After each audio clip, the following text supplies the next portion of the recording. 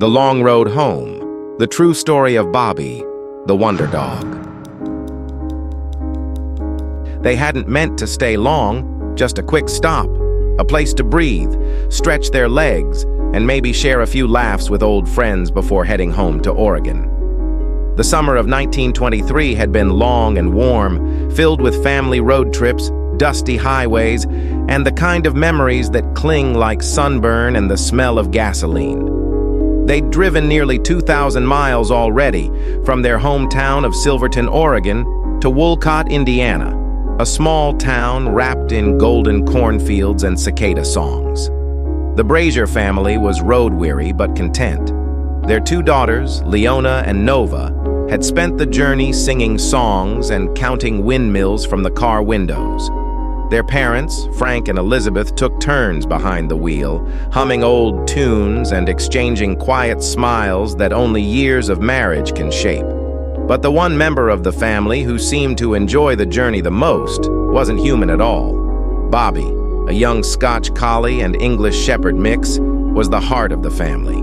With his soft golden coat, white muzzle, and intelligent almond-shaped eyes, he was more than just a pet.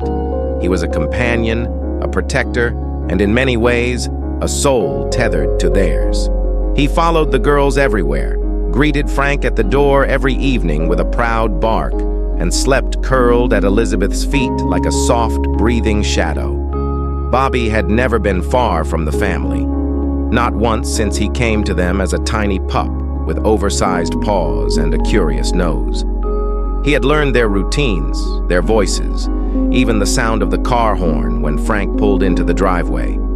He was fiercely loyal, gentle, playful, and clever in that uncanny way some dogs are, where you swear they understand more than they let on. The family stopped in Wolcott to visit relatives for a night, thinking they'd be back on the road by morning. It was a warm, breezy afternoon when they pulled into the little town square. They parked the car outside a roadside cafe, the kind with a squeaky screen door and lemonade that tastes more like sugar water than citrus. While the family went inside to order lunch, Bobbie was tied gently to a post under the shade of an old oak tree. He didn't mind. He sat politely, tail thumping softly against the warm dirt, eyes watching the door his family had just gone through. A woman passing by smiled at him. A child waved. He perked up, friendly as ever. He was used to waiting. But when the family came out, only 20 minutes later, Bobbie was gone. At first, it didn't make sense. The leash was still there, dangling from the post. But no Bobbie. They called, walked around the corner, checked the back alley. Maybe he slipped out and chased something. A cat, a bird, a scent.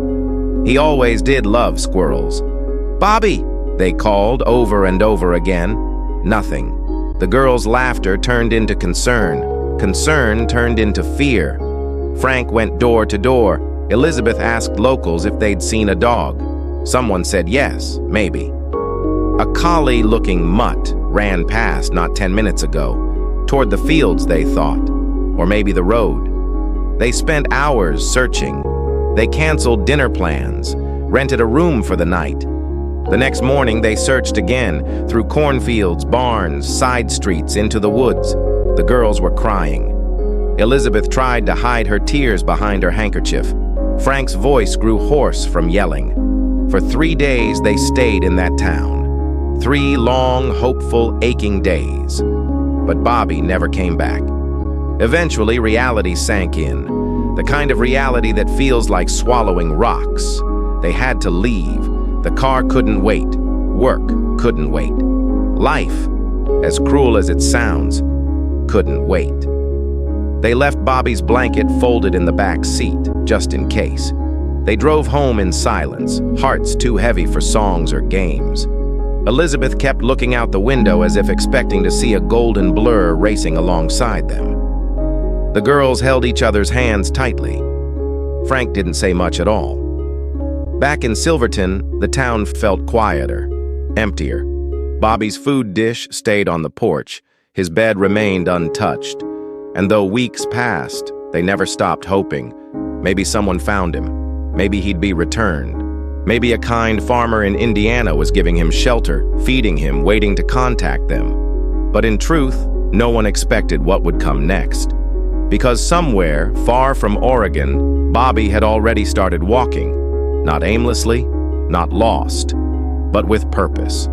He had no map, no human, no way of knowing how many rivers, deserts, and mountains lay between him and home. But he remembered smells, voices, the gentle sound of his family's laughter, the warmth of their touch, the way the older girl would whisper his name at night.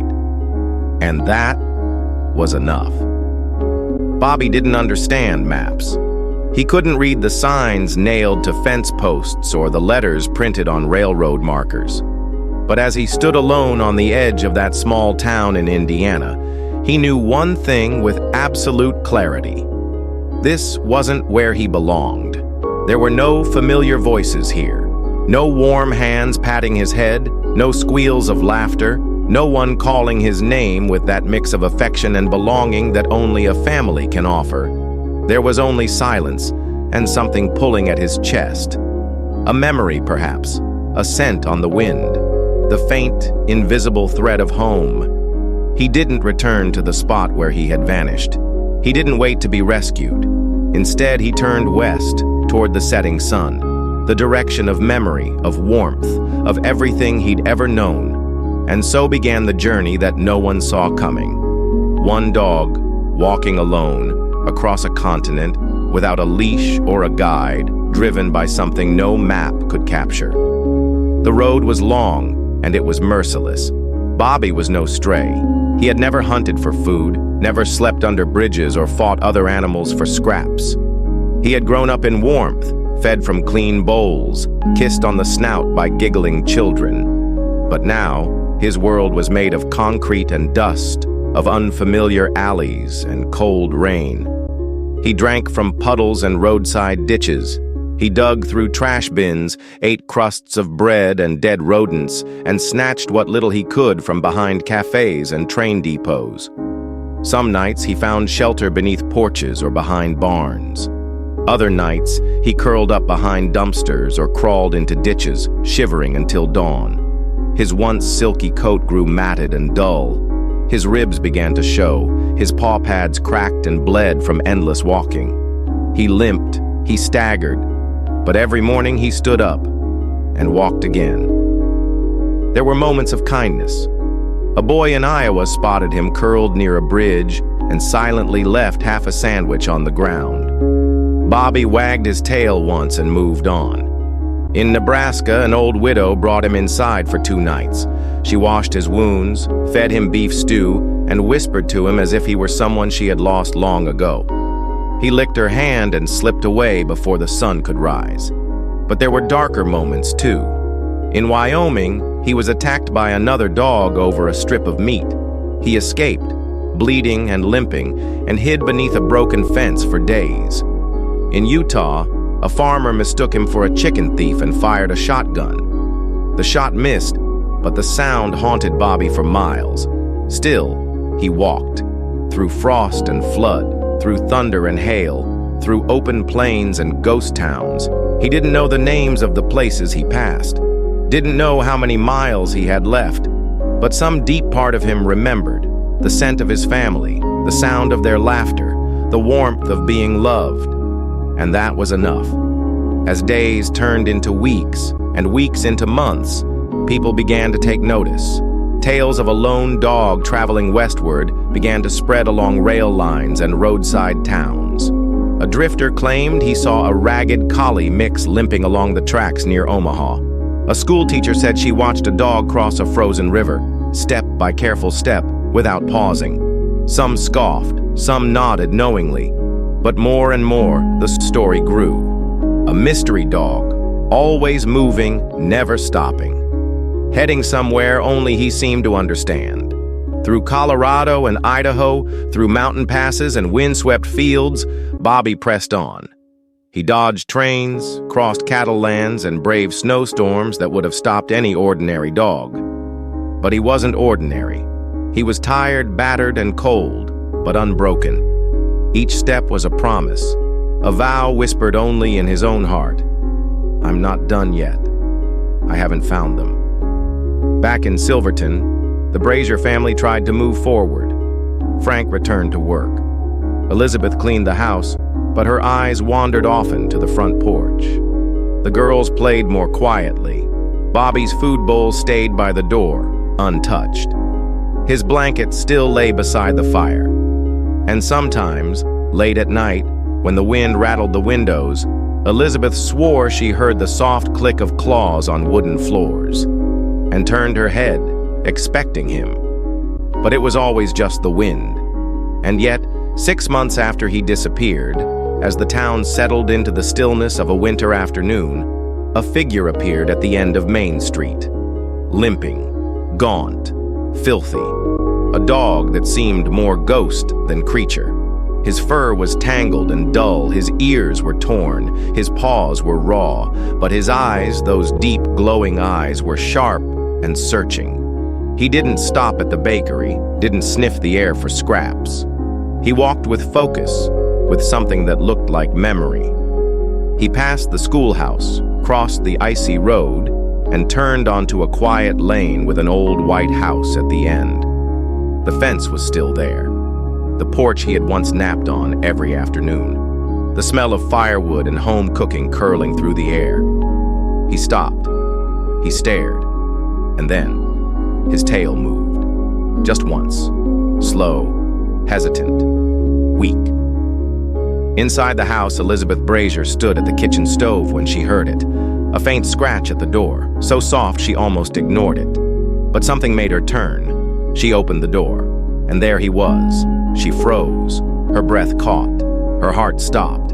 He looked like a ruin, scarred, starved, shaking from exhaustion. But she knew him, knew that face, knew those eyes. Bobbie? His tail moved again, a little faster. He stepped forward, and then his legs gave out beneath him. He collapsed onto the porch, head resting on the wood, eyes barely open. Elizabeth dropped to her knees. "Oh my God, it's you!" She called for the girls. Frank came running, the neighbors peeked through windows, and in minutes, the porch was filled with the sound of sobbing, laughter, and disbelief. The girls wrapped their arms around his neck. Frank stood stunned, speechless.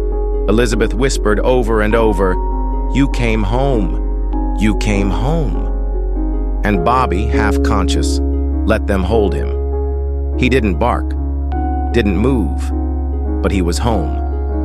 And for the first time in 6 months, he could rest. In the days after Bobbie returned, it was as if the town of Silverton exhaled. Word spread quickly, first among neighbors, then through the town square, then to the next town over. People couldn't believe it.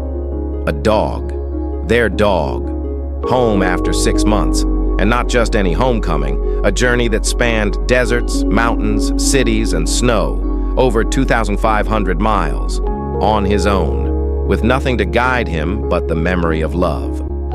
The Brazier family never let him leave their sight again. Frank built a new bed for him beside the fireplace, thick with wool and flannel.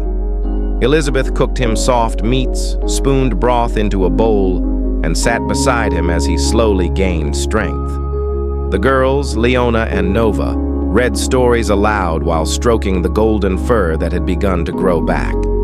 Bobbie rarely barked. He no longer had the energy to run or play, but his eyes, those same patient, knowing eyes, followed them everywhere, as if memorizing every detail once more. He had been gone so long, and now he was trying to soak it all in again. Slowly, gratefully. Strangers began showing up outside their home. Some came quietly just to see. Others knocked, asking if they could meet the dog who came back. At first, Frank turned them away. Bobbie needed rest. The family needed peace. But it didn't last long. By the end of the week, a local reporter knocked on the door and asked for an interview. Then another, and then another. Within days, Bobbie's face appeared in Oregon newspapers, and then in papers across the country. His story touched something in people, something raw and human. A dog who had every reason to give up, but didn't. A creature who couldn't read a compass or ask for directions, but found his way home when all odds said he couldn't. They called him Bobbie the Wonder Dog. Headlines proclaimed his feat in bold letters. Dog walks across America to return home. Miracle dog finds family. Loyalty on 4 legs.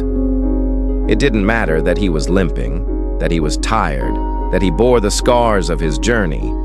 People saw only the wonder, the faithfulness, the miracle. Letters poured in, thousands of them. From children who drew him in crayon, from veterans who said he reminded them of fallen comrades, from mothers who whispered that if a dog could fight so hard for love, maybe they could keep going too. Some letters simply said, "Thank you for reminding us what loyalty means." Bobbie didn't understand any of that. He only understood that he was back in his home, that the hands touching his head were soft again, that the smell of firewood and stew meant safety. He walked more slowly now. The limp never left him. He preferred quiet corners and sunlit windows. But when the girls returned from school, he still struggled to his feet, still wagged his tail, still met them at the door, just as he had before the long, lonely road changed everything. The Humane Society heard of his story and invited the family to a ceremony in Portland. Bobbie was given a silver medal engraved with his name and the words, "For unmatched loyalty."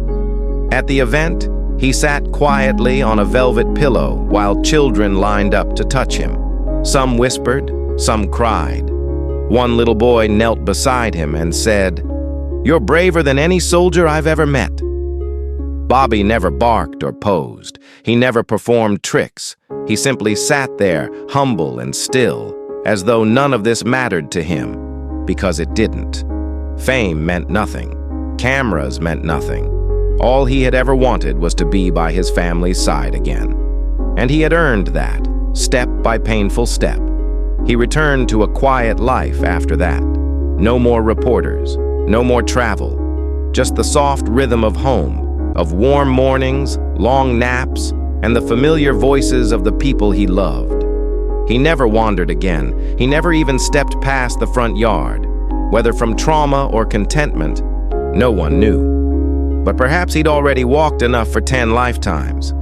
And though he lived only a few years after his return, every day was a celebration. People continued to write letters. Children sent treats. Local shopkeepers kept bowls of water by their doors, just in case he passed by. Bobbie had become more than a dog. He had become a symbol of hope, of home, of the unbreakable bond between hearts. In a world that often felt uncertain and divided, Bobbie reminded people of something pure, something steady, something worth believing in. He had come home, and that was enough. Time passed gently after Bobbie returned. The seasons shifted, as they always do. Snow gave way to rain, and the flowers came back. But everything felt a little softer in Silverton. People walked a little slower past the Brazier home. Strangers still stopped to peek through the fence, hoping for a glimpse of the dog who had captured the nation's heart. Some were lucky. They saw him lying under the porch, paws tucked beneath his chest, watching the world go by with calm, knowing eyes. Others simply stood in silence, as if being near him, even for a moment, meant being close to something larger than life. Bobbie never asked for attention. He never basked in it. While the rest of the world called him a hero, he remained what he had always been, a quiet, loyal companion. He didn't chase cars, didn't bark at the mailman. He didn't need to. His journey had changed him. He had seen too much, lost too much, and fought too hard to return to childish games. Instead, he embraced the stillness, resting in the peace he had walked so far to find. And yet, the world wouldn't let him fade into silence. Writers and poets penned verses about his loyalty. Schools used his story to teach children about resilience. Newspapers printed his photo beside words like devotion, miracle, and unbreakable spirit. The Humane Society called him the greatest example of animal loyalty in American history. They even helped place a small monument in his honor, just a stone with his name and a single phrase carved into it: "A faithful friend, a true hero." People came from all over to leave flowers and letters at that stone. Children left drawings of Bobbie with wings. War veterans saluted him. Elderly women sat nearby in silence, remembering pets they had lost long ago. Something about Bobbie reached into people's hearts and stayed there. Not because he was famous, not because he had done something flashy, but because his story was simple, honest, undeniably real. Bobbie didn't need words to explain love. He had walked across rivers, climbed over mountains, braved the biting cold and the searing sun, not because he was trained to, but because he wanted to go home. And in doing so, he reminded the world that home is not just a place. It's the people you love. It's the sound of their laughter, the smell of their cooking, the way your name sounds in their voice. It's the space beside them where you sleep in safety. It's the porch you wait on, even when no one's there, just in case they come back. In 1927, 4 years after his return, Bobbie passed away quietly. There was no big moment, no last howl, just a long, slow breath as he lay curled in his bed by the fireplace. Elizabeth was with him, stroking his head, whispering, "Good boy. You made it home." Silverton mourned. The town closed its shops early. The school rang its bell twice that morning, and the local paper printed a black and white photo of Bobbie with a simple headline, "Gone, but never forgotten." His body was taken to Portland, where he was buried with full honors at the Oregon Humane Society's pet cemetery. Hundreds attended. Some brought flowers. Others brought their own dogs, who seemed to sense that this grave belonged to one of their own and something more. The grave was marked but not guarded. It didn't need to be. People came, people remembered, and they still do. A statue of Bobbie was erected in Silverton soon after. It stands downtown, forever gazing westward, the same direction he had walked for months, alone, guided only by love. Children still climb on it, wrap scarves around its neck in winter. Tourists stop to take pictures. But the locals? They simply nod as they pass. Because to them, Bobbie isn't just a statue. He's part of the town. He's part of every whispered story told at bedtime. He's part of what it means to come home. And maybe that's his greatest legacy. Not the headlines or the honors, but the quiet, lasting truth that some hearts will always find their way back. That loyalty isn't loud. That love doesn't always need words. Sometimes love just walks, for miles, across blizzards and deserts, through fear and hunger, through pain, until it's home again.